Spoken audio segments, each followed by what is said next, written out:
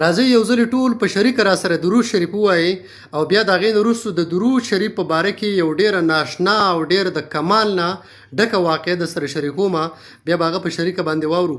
اللهم صل علی محمد صلی الله علیه و آله وسلم. القول البدیع کې امام سخاوي رحمه الله ذکر کوي نیک اعمال خو ډېر زیات دي، خو د درود شریف پکې یو ځانګړی حیثیت لري.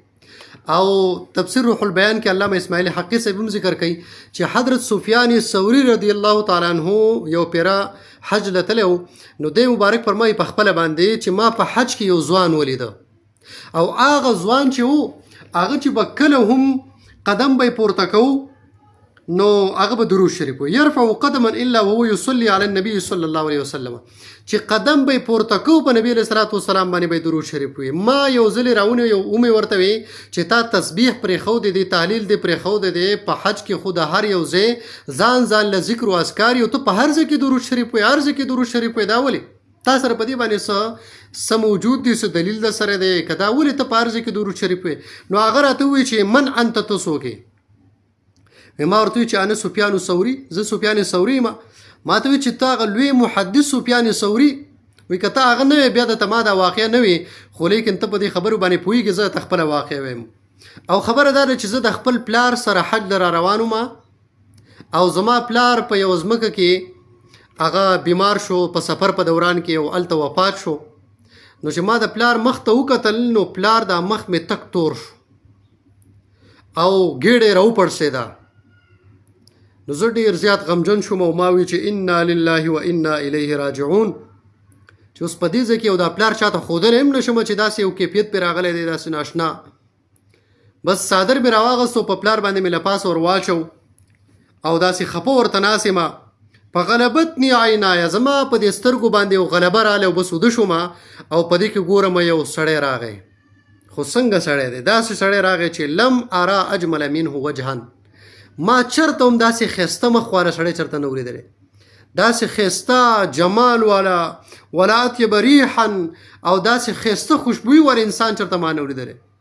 زما د پلار د دې لاش خواته رانږدې شو او څادر یې ته لرې که، زما د پلار په مخ باندې لاس راښکودو، په ګېډه باندې لاس راښکودو.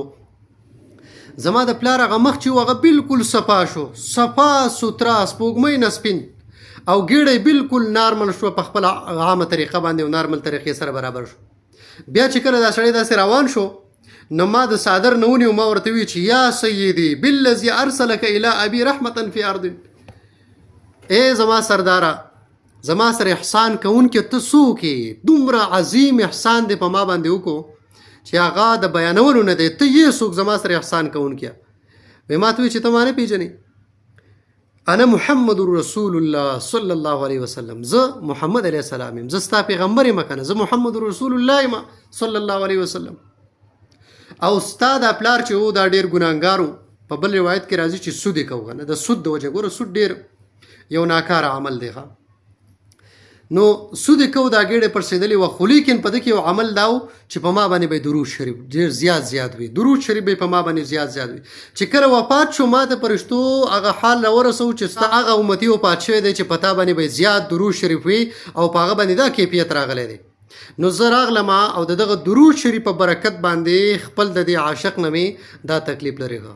سبحان الله، څومره عظیم عمل دی درود شریف، څومره برکتناک عمل دی درود شریف. نبی کریم صلی الله علیه وسلم فرمایي چې په ما ستاسو کې به د ټول نه زیات نږدې ما ته د قیامت په ورځ باندې هغه انسان وي چې په ما باندې د څوک زیات درود شریف وایي.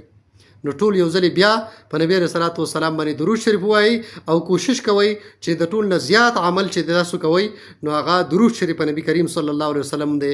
اللهم صل علی محمد صلی الله علیه و آله وسلم صلاة دائمة بدوام ملک الله.